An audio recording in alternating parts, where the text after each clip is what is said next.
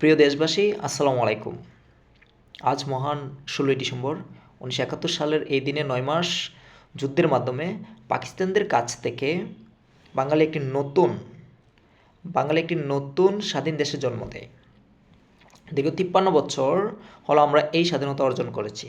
আজকের এই দিনে শ্রদ্ধার সাথে স্মরণ করছি মহান মুক্তিযুদ্ধে 30 লক্ষ শহীদ এবং 2 লক্ষ মা বোনদের, যাদের জীবনের বিনিময়ে আমরা আজকের এই বাংলাদেশ পেয়েছি। তার সাথে সাথে স্মরণ করছি 1971 সাল থেকে 2024 সাল পর্যন্ত যারা বাংলাদেশের জন্য জীবন দিয়েছে।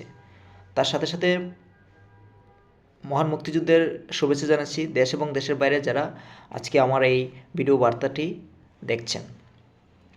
সম্মানিত দেশবাসী, দীর্ঘ 53 বছর হলো আমরা স্বাধীনতা অর্জন করেছি। স্বাধীনতা অর্জনের মাধ্যমে আমাদের মুক্তির স্বাধীনতা হয়েছে, বাক স্বাধীনতা হয়েছে, ভাষার স্বাধীনতা হয়েছে, আমরা নিজস্ব একটা পতাকা পেয়েছি, আমরা একটা জাতীয় সঙ্গীত পেয়েছি, আমরা একটি ভূখণ্ড পেয়েছি। কিন্তু আমরা স্বাধীনতা অর্জন করতে পারলেও স্বাধীনতা রক্ষা করতে পারিনি। এর পেছনে সবচেয়ে বড় কারণ হচ্ছে গিয়ে রাজনৈতিক অস্থিতিশীলতা। আপনারা জানেন যে আমাদের দেশে যে সকল রাজনৈতিক দলরা ক্ষমতায় আসে, সেই রাজনৈতিক দলগুলো তাদের স্বৈরতান্ত্রিক আচরণ, স্বৈরতান্ত্রিক মনোভাবের কারণে আমরা এখনও সম্পূর্ণ স্বাধীনতা পাইনি। সম্মানিত দেশবাসী, আপনারা জানেন যে আমাদের এই 53 বছর স্বাধীনতা অর্জনের পর 1971 সাল থেকে 2024 সাল পর্যন্ত আমাদের অনেক পার্থক্য আমরা দেখতে পাচ্ছি। সেটা হচ্ছে আমরা এখন উন্নয়নশীল দেশে রূপান্তরিত হয়েছি। উন্নয়নশীল দেশ থেকে আমরা উন্নত দেশে কেন রূপান্তরিত হতে পারতেছি না, সেটার মূল বাধা হচ্ছে বেকারত্ব। আর বাংলাদেশের কোনো দেশের যদি কোনো বেকারত্ব এবং মুদ্রাস্ফীতি থাকে, তাহলে ওই দেশ কোনোদিন উন্নত দেশে উন্নতি করতে পারে না। সম্মানিত দেশবাসী, আপনারা জানেন যে আমরা সাধারণ শিক্ষার্থীরা দীর্ঘ 12 বছর ধরে একটা আন্দোলন করে আসছি। সেই আন্দোলনটা হলো চাকরিতে প্রবেশের বয়সসীমা ন্যূনতম 35 করে শর্ত সাপেক্ষে উন্মুক্ত করার জন্য। আপনারা জানেন যে বাংলাদেশে 26 লক্ষ বেকার আছে। সেই 26 লক্ষ বেকার রেখে কীভাবে একটা দেশকে উন্নত দেশে রূপান্তরিত করা যায়?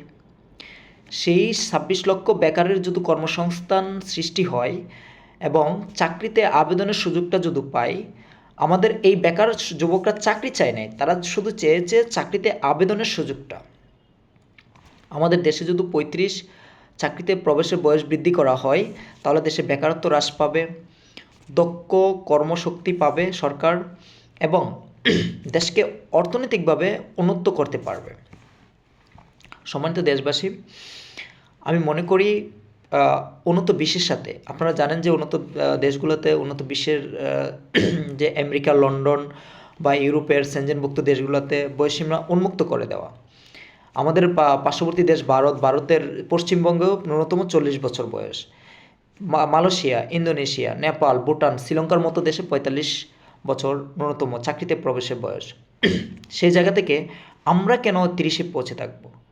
আপনারা জানেন যে গত 30 সেপ্টেম্বর আমরা যমুনাতে যখন অবস্থান করি, তখন উপদেষ্টারা জরুরি মিটিং করে একটা সুপারিশ কমিটি, সংস্কার কমিটি গঠন করা দেয় জনপ্রশাসন মন্ত্রণালয়ে মোহিত স্যারের নেতৃত্বে।